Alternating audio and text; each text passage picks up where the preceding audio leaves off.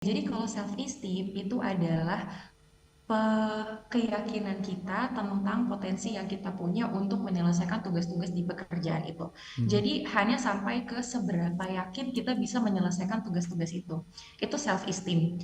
Nah, kalau self confidence adalah kepercayaan diri kita untuk melakukan semua hal yang kita percaya itu di real life. Jadi lebih ke actionnya gitu Mas Yudi. Oke. Jadi kalau kita misalnya kita yakin nih sebenarnya aku mampu sih untuk melakukan tugas A B C D. Let's say misalnya teman-teman fresh graduate baru dapat project yang baru di-assign sama manajernya gitu ya. Mhm. Kita yakin sih kita bisa untuk mengerjakan itu karena kita tahu apa yang dibutuhkan untuk menyelesaikan project itu.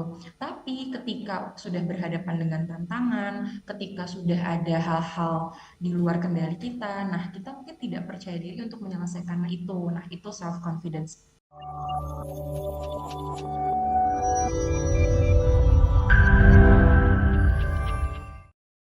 Fresh graduate ya, teman-teman kita nih yang baru lulus dari kampus menuju ke dunia kerja. Ini kan ada peralihan hal yang harus mereka hadapi dari dunia Ya, akademik yang berburu nilai, sekarang harus betul-betul apa ya, hasil kerja kita akan menjadi tanggung jawab kita.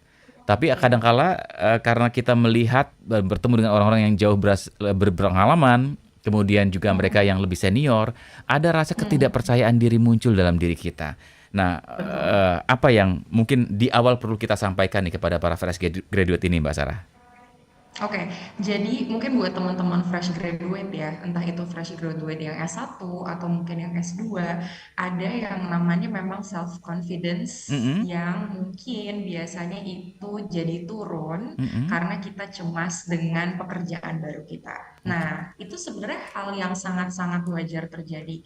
Benar banget kata Mas Yudi bahwa ada transisi nih dari kehidupan kita yang biasanya sangat organize ya di kampus kita ada kegiatan segala macam ya Mhm, dan tiba-tiba masuk ke tempat kerja yang dimana itu sangat struktural lalu kita punya beban kerja yang baru kita punya teman kerja yang baru juga yang mungkin usianya juga berbeda cukup jauh dari mhm, kita gitu mhm, ya mhm. dan juga kita mungkin belum punya banyak pengalaman di pekerjaan itu jadi transisinya ini salah satu sumbernya adalah rasa khawatir Mhm. atau cemasnya ya, yang membuat mungkin kepercayaan diri kita jadi turun atau kita jadinya kurang pede untuk bisa speak up di Oke, tempat kerja kita yang baru. oke. Nah, sebelum kita bisa jadi pede, berarti kita harus note down dulu nih, kira-kira apa sih hal-hal atau potensi dari dalam diri kita yang bisa dikembangkan atau yang bisa kita maximize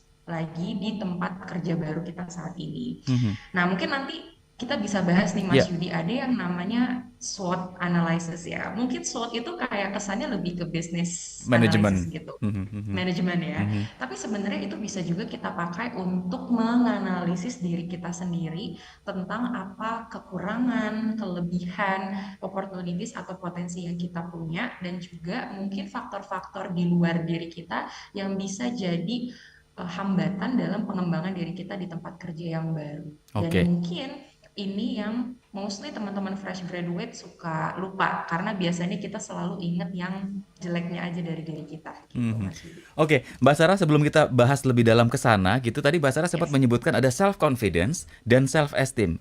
Ini apa bedanya Hmm, antara kedua hal oke. ini, Mbak Sarah?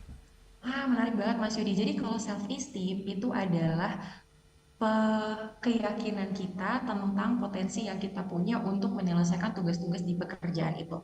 Mhm. Jadi hanya sampai ke seberapa yakin kita bisa menyelesaikan tugas-tugas itu. Itu self esteem.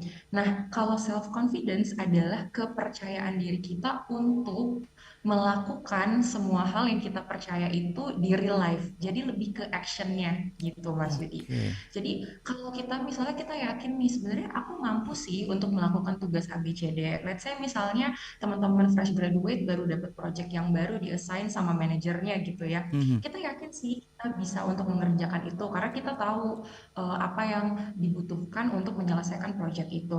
Tapi ketika sudah berhadapan dengan tantangan, ketika sudah ada hal-hal di luar kendali kita, nah kita mungkin tidak percaya diri untuk menyelesaikan itu. Nah, itu self confidence. Mhm, gitu Mas mhm. Yudi. Nah, Nanti ada, nah mhm, menarik lagi nih Mas Yudi, mhm. mungkin nanti ya ada lagi kalau orang yang percaya diri, di beberapa riset ditemukan juga biasanya orang-orang yang punya resiliensi atau daya lenting yang tinggi ketika menghadapi hambatan-hambatan di pekerjaannya, gitu Mas. Oke, Mm-mm. resiliensi, daya lenting, ini berarti orang-orang yang Mm-mm. selama ini sudah mengalami banyak ujian, gitu ya, Mbak? Yes, Nah, betul.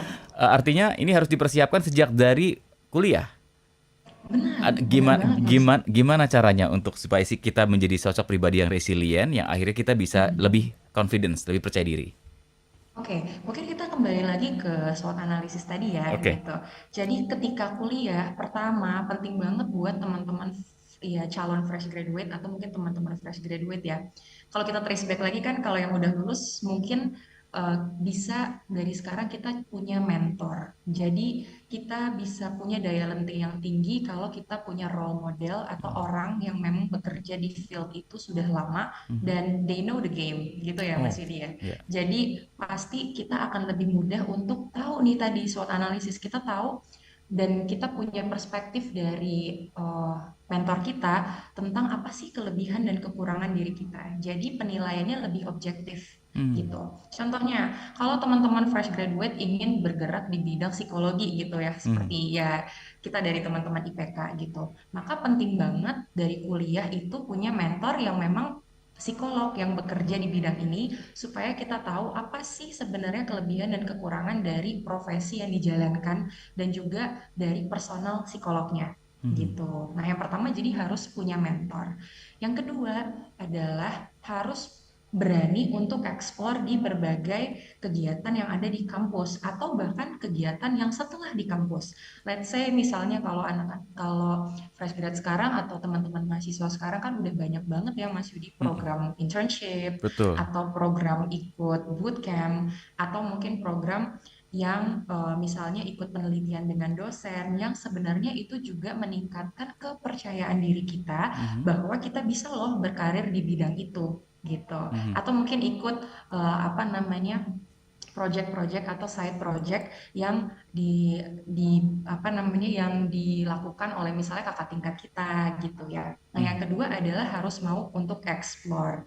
Nah, yang terakhir adalah kadang kita tidak percaya diri karena mungkin kita nggak tahu sebenarnya kita maunya apa di tempat pekerjaan gitu ya Mas Yudi. Jadi we often just go with the flow gitu. Teman kita masuk perusahaan A, kita masuk. Tapi Mhm. ketika di dalam langsung turun kepercayaan dirinya karena kita membandingkan diri dengan kolega kita yang lain gitu.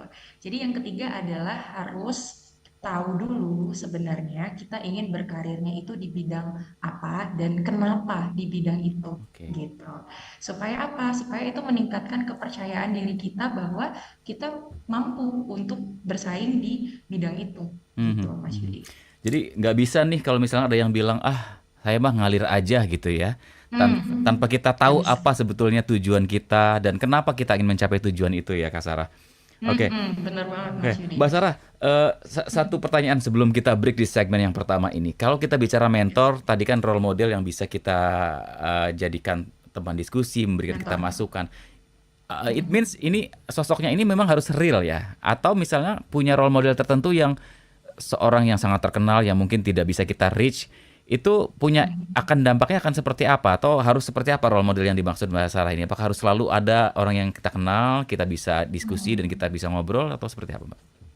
Oke, karena kita mau merasa lebih percaya diri dan kita merasa lebih capable di pekerjaan kita, akan lebih baik kalau mentornya itu adalah orang yang kita bisa reach out kapanpun kita butuh di every stage karir Mhm. kita gitu Mas Yudi. Mhm. Mhm. Nah, kalau misalnya orang yang lebih ya mungkin orang terkenal gitu ya yang kita mungkin nggak bisa reach out, kita hanya bisa belajar dari mungkin cerita-ceritanya dia Mmm, atau biografinya dia dan betul. kita mengambil sedikit intisari dari apa yang dia pernah alami sebelumnya gitu ya, Mhm. tapi tidak ada interaksi yang real gitu. Jadi lebih baik sebenarnya mentornya adalah orang terdekat yang kita bisa reach out supaya kita bisa selalu merasa capable dalam melakukan pekerjaan kita kalau ada momen dimana kita stuck gitu as fresh graduate di tempat kerja yang baru ya gitu, Oke. Mas Yudi. Very interesting, Mbak Sarah, dan kegiatan kampus berarti memang pada saat kuliah sebaiknya jangan jangan hanya kuliah di kelas saja Benar, gitu ya. jangan